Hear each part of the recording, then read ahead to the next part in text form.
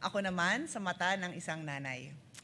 So, I was a young mother like Camille when I first became a senator in 2004.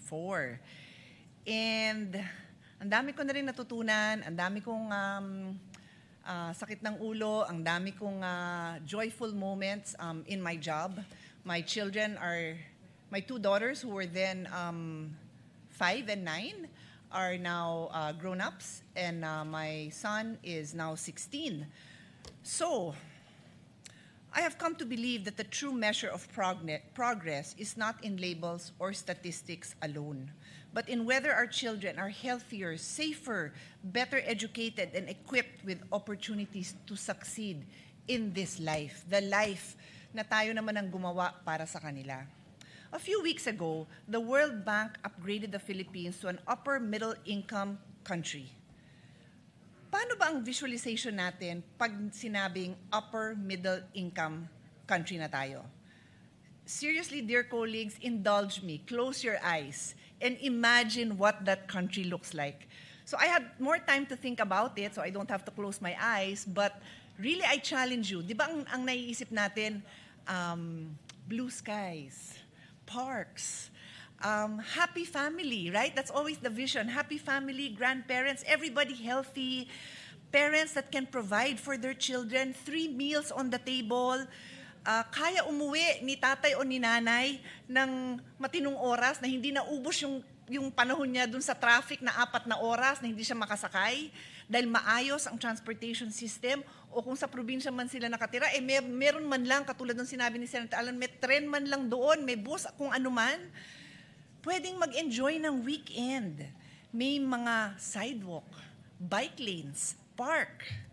Parents are watching their kids play sports or watching their kids perform in a concert. Di ba yan ang magandang weekend? Tapos yung mga bata, kumakain ng masustansyang pagkain.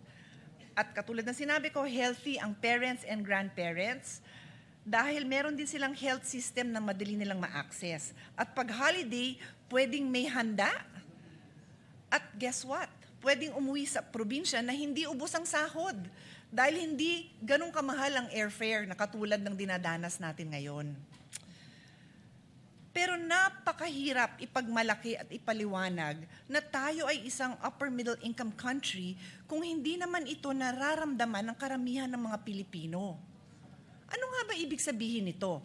It means that the country has a gross national income per capita between $4,496, so 277,000 pesos, okay, to $13,900 or 860,000 pesos, reflecting the economic size rather than individual household income.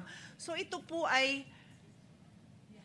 national economic size. Hindi po to individual income. So when you look at the vast majority that are minimum wage earners, less than minimum wage earners, informal sector, hindi naman sila nandito sa income bracket na ito. This is merely an income classification. It is a way of grouping economies according to average income. It does not reflect the struggles of ordinary Filipinos, ordinary families, because this is our reality. SWS Survey 2026 reveals that 52% or 14.5 million Filipino families identify themselves as poor, while 42% consider their families as food poor. Hindi man lang makakain ng maayos. Another SWS survey of 2026 states that 23.2% of Filipino families experience involuntary hunger in the first quarter of 2026. Involuntary po, hindi po nagda-diet, sadyang wala na ho talagang makain. According to PSA, poverty incidence, this is as of 2023, is 15.5% or 17.54 million poor Filipinos. So when we celebrate our status as an upper middle income country, ang pakiramdam ng tao, you do not see us. You do not hear us. Hindi nyo kami nakikita. Hindi nyo kami napapakinggan. Hindi nyo ramdam ang hirap namin. Kaya ako po, never ho ako nagse-celebrate kahit ilang taong ko na yung naririnig na malapit na tayo mag-upper middle income. Because it does not translate to a better life for most of the Filipinos. I can spend all my time on this. I will not, because yes, we can argue it is better because makaka-avail ng mas magandang mga loans and so on and so forth. Pero matagal pa ho ang effect nun. In fact, if you look at what investors are looking for, they have a long list of wants if they will invest in this country. Hindi lang basta yung makita nilang upper middle income ka. So I look to the SDGs, the Sustainable Development Goals. With only 4 years left before the 2030 deadline, and as the chairman of the Senate's Committee on SDGs, Innovation and Futures Thinking, we have been meeting with various agencies to understand where we truly stand. According to the data from PSA, out of 17 SDGs, only 10 have shown progress since 2015. Only 10. However, even among these 10, 8 are not progressing fast enough such that we will meet the targets of 2030. So, mukhang fail po tayo sa Sustainable Development Goals. Even more concerning is that 2 goals are actually moving backwards. These are the SDG 3 on good health and well-being and SDG 11 on sustainable cities. More on health later, but for now, I'd like to point out that the decline in SDG 11 on sustainable cities and communities is particularly alarming because, according to the United Nations, by 2050, nearly 68% of the world's population is projected to live in urban areas. PSA has stated if our cities are not safe, resilient, and sustainable, millions of Filipinos will bear the consequence. Sadly, in many of these areas, we still lack the timely and reliable data needed to know where we are making progress, if at all. And if we do not have unified data to measure our progress, we cannot improve at all. That is why, as we reflect on yesterday's accomplishment, as mentioned during the President's SONA, I want to ask a simple question. Are Filipino families truly living better lives? On health, we welcome the President's emphasis on preventive care, the expansion of YAKAP, and Gamot, and the implementation of zero-balance billing. These are important steps which I have also supported through the years. These are also aligned with the SDG goal number 3. But the true measure of universal health is whether every Filipino can obtain timely and quality care without being pushed into debt. On universal health care, it is anchored on the following pillars: preventive care, equipped health facilities, adequate health professionals, and sustainable funding. Without this, it remains a vision. Vision lang po, pangarap lang po, hindi reality. On PhilHealth and the Syntax and PCSO and PAGCOR collection, we recognize the full allocation of Syntax revenues to PhilHealth in the 2026 General Appropriations Act. I thank the now Senate President for supporting our push for this to happen. First time in many, many, many years. Despite this development, however, PhilHealth has still been deprived of listen to this, dear colleagues, over 292 billion in earmarked and unreleased funds. Pera po ng PhilHealth yan. 113.44 billion pesos is the unallocated Syntax collection from 2023 to 2025. May slide po tayo. Tingnan po natin. In 2023, the Syntax earmark for PhilHealth was 83.90 billion. Ang nasa NEP is 79 billion. Ang nasa GAA is 79 billion. So kulang ng 4.90 billion. Parang maliit lang naman. In 2024, 79.01 billion pesos ang earmark. Ang nasa NEP ay 80.28 billion pesos. Ang nilagay sa GAA is 40.28. Kulang ng 38.73 billion pesos. And in 2025, 69.81 billion pesos ang Syntax earmark. Ang nasa NEP po ay 53.13 billion. Ang nasa GAA, 0. And so, ang unallocated Syntax in the final ang kulang po is 69.81 billion for a total of 113.44 billion. Nasaan na po yan? Pera po yan para sa PhilHealth, para sa papagamot sa ating taong bayan. Now, this is only the unallocated sin tax collection. Meron pa ho yan sa PCSO and PAGCOR.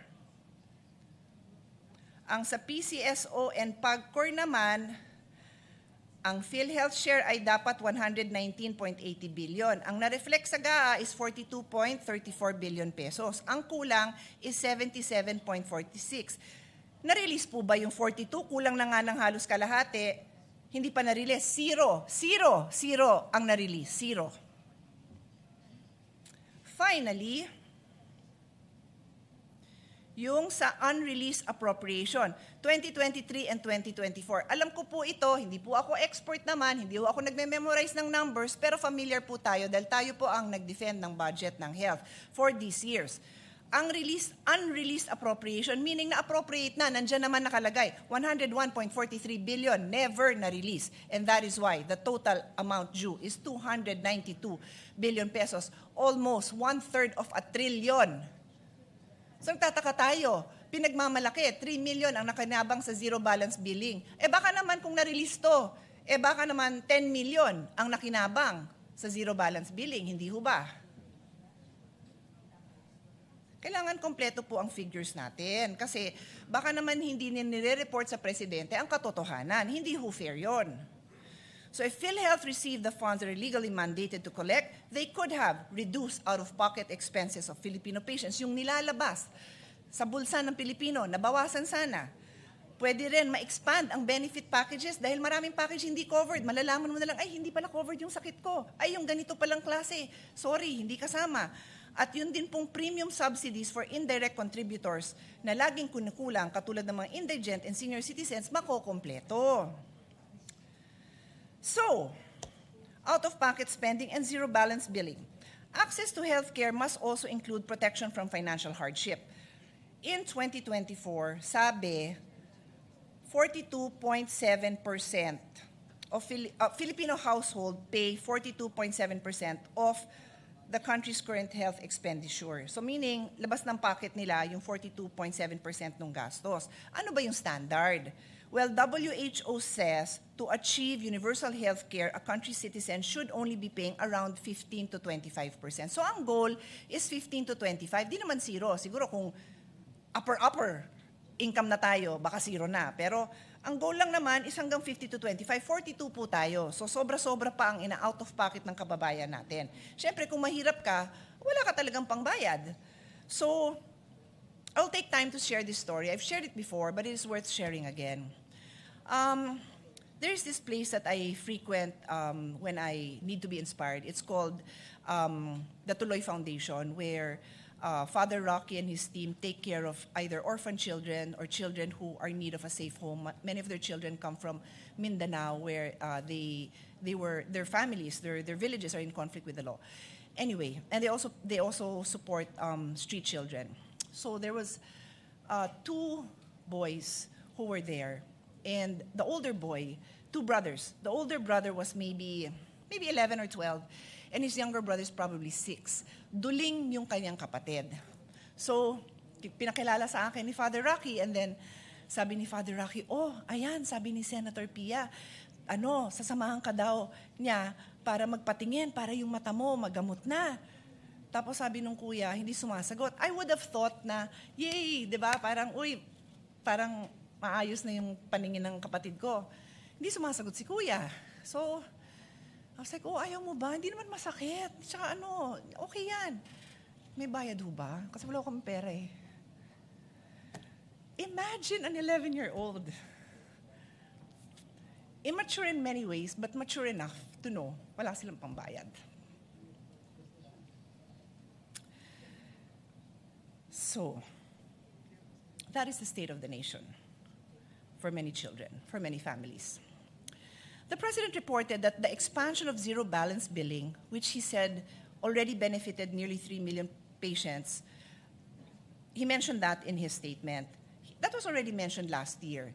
And it took a week or even longer for the then Secretary of Health to explain that this only applied to DOH hospitals, DOH hospital wards. So meanwhile, the LGUs all over the country nataranta kasi syempre, yung mga constituents nila pupunta sa LGU hospital, nag-e-expect ng zero balance. Hindi naman available ang zero balance doon kasi kaka-launch lang ng program. So yun nga, it took a few weeks, finally, na-clarify na DOH hospital wards lang. Inulit po ngayon. Naiintindihan ko po yun, dumadaan po tayo sa, ano ba tawag doon, pag tinetesting pa natin yung program, piloting pa lang, naintindihan ko po yun. Pero ito yung reality natin. Out of more than 1,200 government and private hospitals nationwide, zero balance billing is available in only 87 DOH-run facilities and 4 GOCC specialty hospitals and 6 LG hospitals that are now being piloted. So wala pang 100. So 1,100 other hospitals do not have zero balance billing. Again, hindi naman kailangan agad-agad, but i-announce natin to eh. Iklaro natin kung ano yung state of the nation natin. More than 1,100 hospitals do not have zero balance billing. So, these are the details.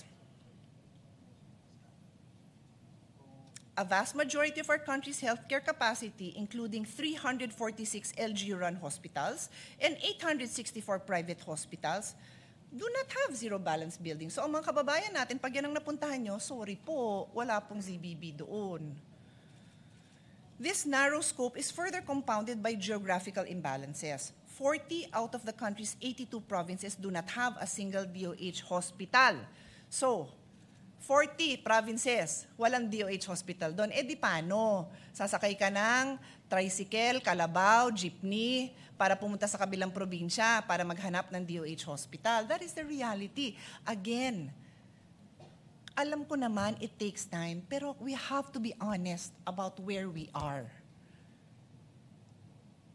The 87 DOH hospitals are concentrated in only 42 provinces and major urban centers. As a result, patients in underserved provinces must travel 3 to 4 hours across municipal lines just to reach a facility that offers zero balance billing. In urban areas like Metro Manila, bed capacity is predominantly provided by private hospitals, which far outnumber regional public facilities. So kung taga Metro Manila ka, mas konti pa rin. Madami na nga ang tao, mas konti din ang DOH hospital.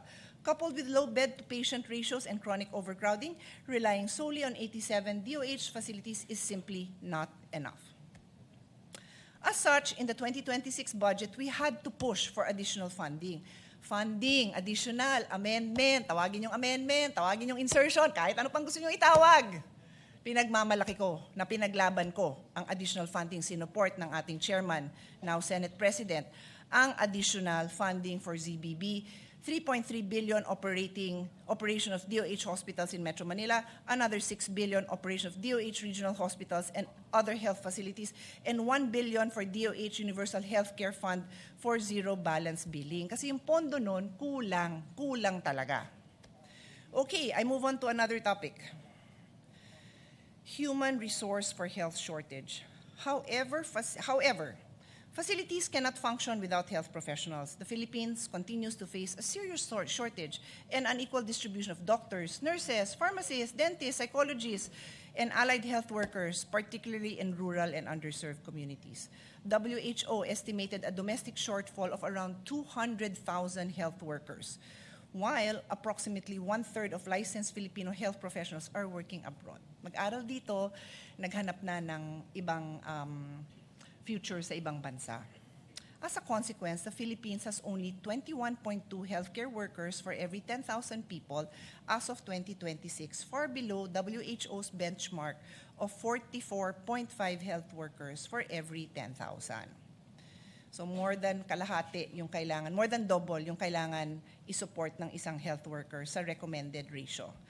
This requires sustained investment, which this representation has advocated through the expansion of medical scholarships under the Doktor para sa Bayan, at kasama ng marami nating kasamahan dito sa Senado. Tayo ho ang nagpupush niyan. Maraming salamat sa Senate. additional medical schools and investment in allied health. When we passed this law, there were only 8 medical SUCs. Today, we have 28. I am so proud of the Senate for pushing for this. It is a collective effort of this body.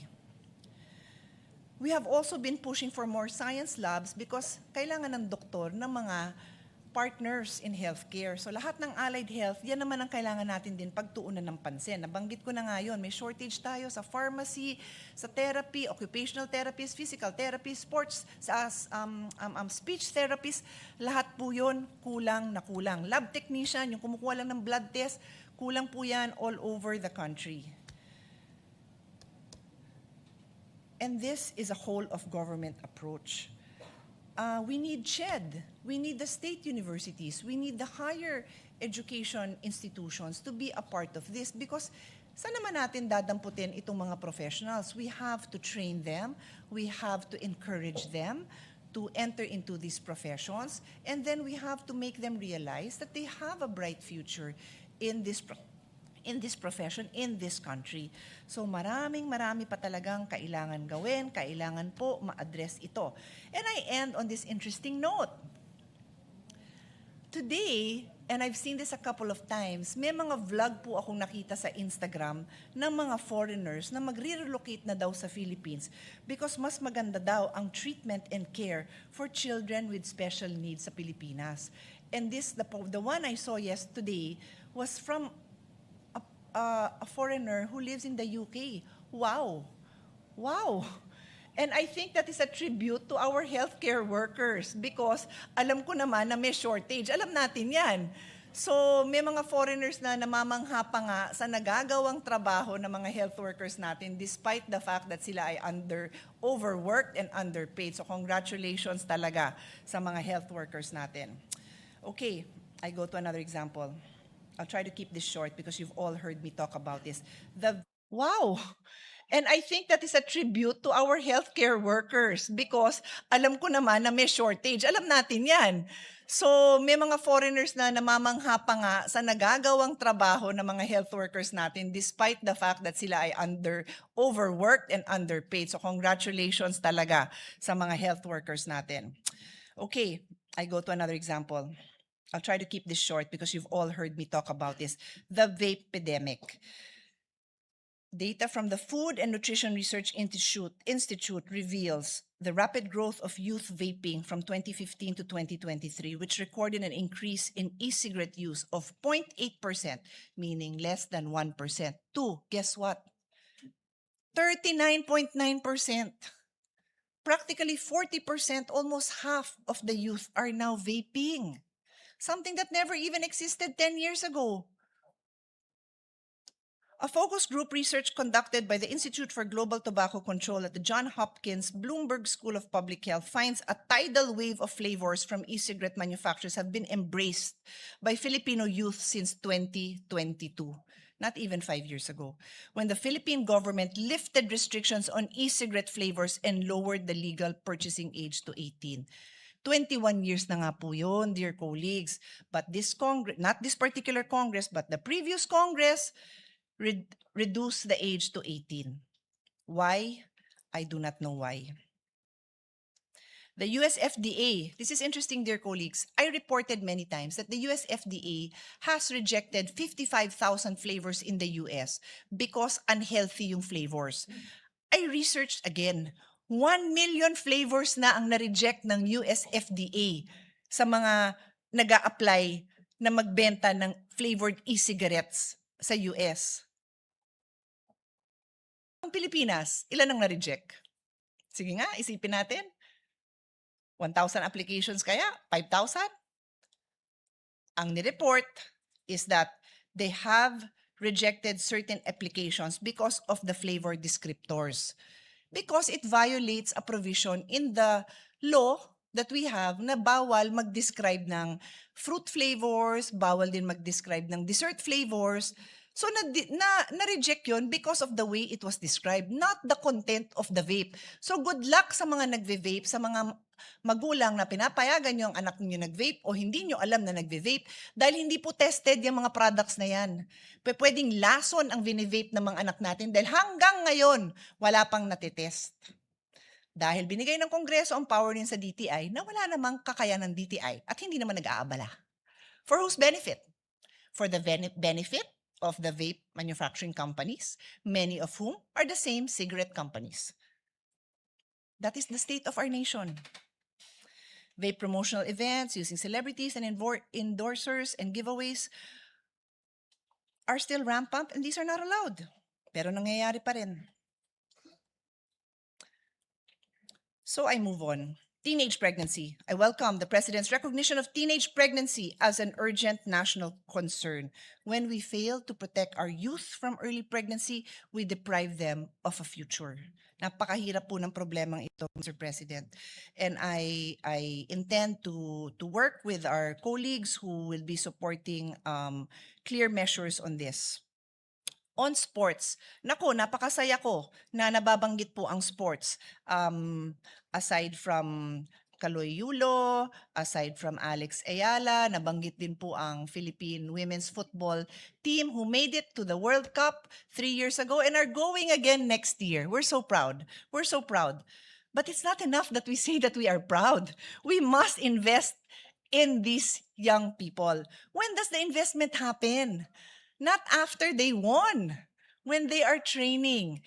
So every year, and I don't know how many of our colleagues, but I know there's quite a few of us here who receive requests from our Philippine Sports Commission, from Philippine Olympic, from the various NSAs asking for support for the grassroots talent that they have identified. They need to train, they need to compete, they need facilities to be able to improve.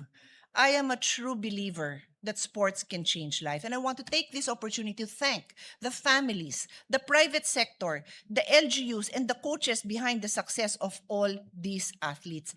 Many of them are responsible for the success of these athletes. And we will never know who they are. So government can stand up. Wag lang natin palakpakan pag nandyan na. Tulungan natin habang hindi pa sila nadidiscover, habang hindi pa sila sikat. Education. I laud this year's education budget, truly a record-breaking 1.35 trillion or 4.4% of GDP. It finally meets the UNESCO recommended benchmark of 4 to 6%. But not much was said about it during the President's SONA. And at the proper time, we would be happy to expand on this because much progress has been made, but there are still a lot of work to be done. Classroom shortage is still there. Teachers' workload, alam na alam ng Senate President natin yan dahil siya po ay chairman ng committee natin ng basic education dati. Itong guidance counselor, I am proudly in a very early supporter of the need to figure out what we can do about this. And we now have 10,000 new school counselor associates, but it is still a far cry from the number we need. So we need to still find ways to attract even more young people to enter into this field. Sadly, natawag pa tayong bullying capital of the world. Sana hindi naman totoo, pero we still have to be conscious na may ganon at hindi tayo pumayag na manatili itong sitwasyon na ganito. Early childhood care and development, very close to my heart. I was blessed to grow up with a mother who specialized in early childhood education. And all the experts tell us how important this is. Every barangay needs at least one functioning child development center for early education, health, nutrition, and social development services. Coordinated po iyan. So much more has to be done, Mr. President, so much more. Sama ko na dyan ang inclusive education. The same gap between policy and practice show up in inclusive education. We have a law. This must be fully implemented so learners with disabilities get trained teachers, proper assessment, accessible facilities, and individualized support, not inclusion on paper alone.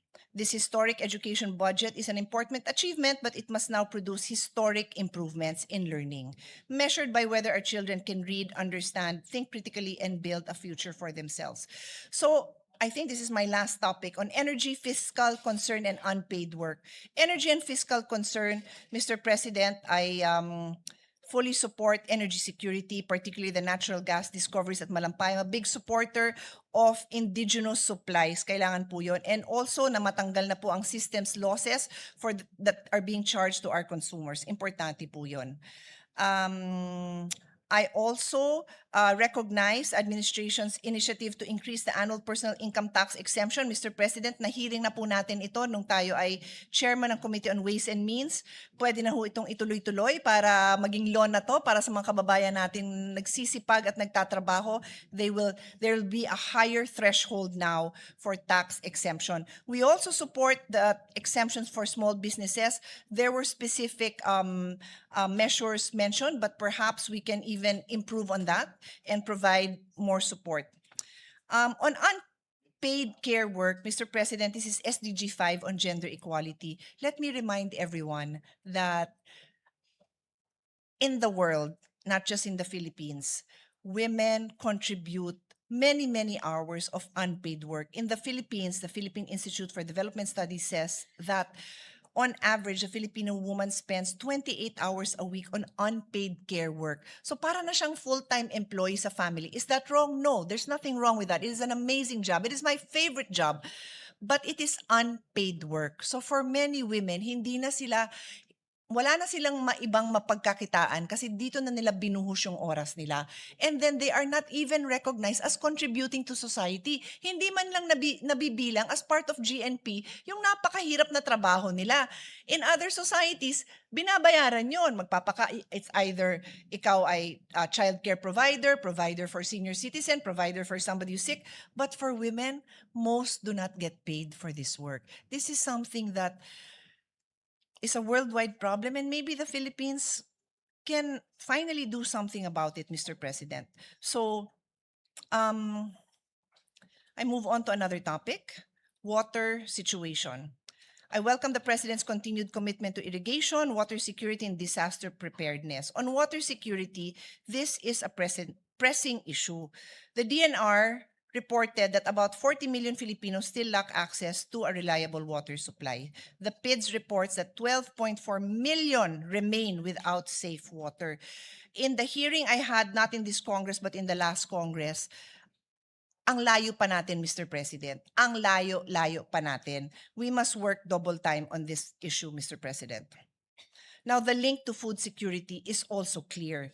Farmers are the first to suffer when irrigation is weak or water is scarce because agriculture depends on water for planting, growing, and harvesting. Our colleague, Senator Aimee, might be sharing more about this. We have a lot of experts here, Mr. President, Senator Aimee, Senator Kiko. I leave it to them to elaborate more on this, but I join them in their passion to uplift the lives of our farmers. Reports in June 2026 show that 8 major Luzon dams are still receding, including Pantabangan, falling far below its normal levels. Mahirap po yan, Mr. President. Mahihirapan tayo sa agriculture natin, mahihirapan po ang mga farmers natin. That is why irrigation and water security must be treated as a core development investment and not a side program. Using strategic foresight and futures thinking, we must plan ahead by improving climate data, water monitoring, irrigation systems so we can prepare for shortages before they happen and protect families, livelihood, and food security.